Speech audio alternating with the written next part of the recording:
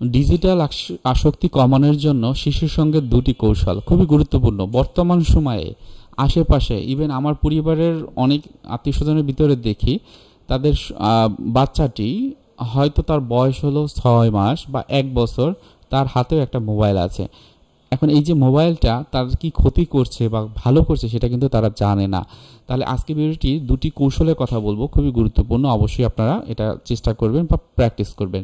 আমি আপনাদের সাথে আছি কাউন্সিলিং সাইকোলজিস্ট আশুজ্জামান রাজু। বর্তমান সময়ে এবং বেশ কয়েক বছর ধরে আমরা যে ধরনের কেস শিশুদের ক্ষেত্রে দেখি, বেশিরভাগ ক্ষেত্রে দেখা গিয়েছে তাদের ভিতরে যে অস্থিরতা বা অ্যাংজাইটি, এটার মূল কারণ হলো তার ছোটবেলাটায় সে যেভাবে বড় হয়ে উঠেছে সেটি ঠিক ছিল না।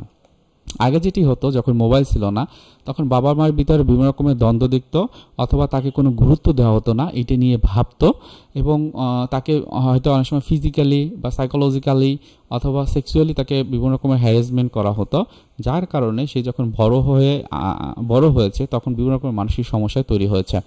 তাহলে দুটি কৌশলের কথা আমি বলেছি, সেই দুটি কৌশলের কথা বলবো আর আপনাদের উদ্দেশ্যে বলবো অবশ্যই এই ধরনের বিষয়ের ক্ষেত্রে সবসময় ফ্রেন্ডলি মন মানসিকতা রাখুক আপনার সন্তানের সাথে।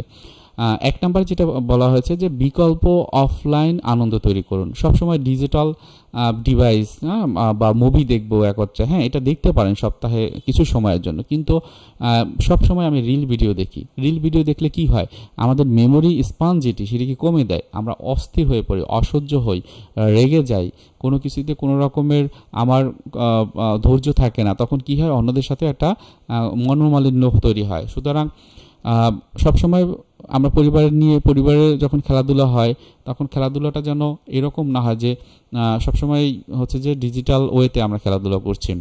এখন গেমস খেলা হয় বাসাতে বসে, হ্যাঁ বড় বড় গেমসগুলো হচ্ছে যে বিভিন্ন রকম ইনস্ট্রুমেন্ট নিয়ে তারপর বাসাতে খেলে। সো এরকম খেলাধুলা না হয়ে আমরা বাসাতে অনেক আগে কিন্তু কি খেলতাম, বিভিন্ন রকম দাবা খেলতাম, লুডো খেলতাম, তারপর হলো বিশ্ব যে লুডো আছে, হ্যাঁ সেগুলো খেলতাম। আর কি খেলতেন আমাদের এই ভিডিওর কমেন্ট একটু জানাবেন, খুব খুশি হব।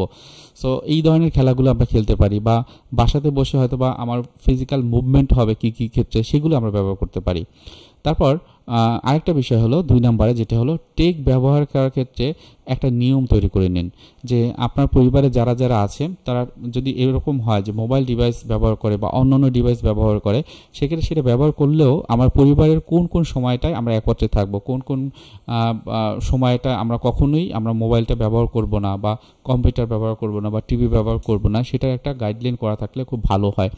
এবং সবসময় মনে রাখবেন এই বর্তমান যে পৃথিবীটা যেভাবে যাচ্ছে, বাংলাদেশ যেভাবে আগাচ্ছে, আপনাদের উদ্দেশ্যে বলবো অবশ্যই নিজেদের ভিতরে ফর্মালিটিস রাখবেন, যেটাকে আমরা বাউন্ডারি বলি, কিন্তু একে অপরের যেন ফ্রেন্ডলি হতে পারেন।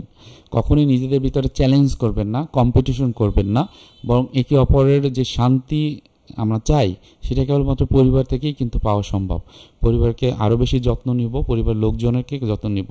আমি যদি আরেকজনকে যত্ন নিই তাহলে সেও আমাকে কিন্তু যত্ন নিবে। সো আজকে ভিডিওটি এখানেই রাখছি। সবাই ভালো থাকবেন, সুস্থ থাকবেন। কারো কোনো প্রশ্ন থাকলে অবশ্যই কমেন্টে জানাবেন। ধন্যবাদ। আসসালামু আলাইকুম।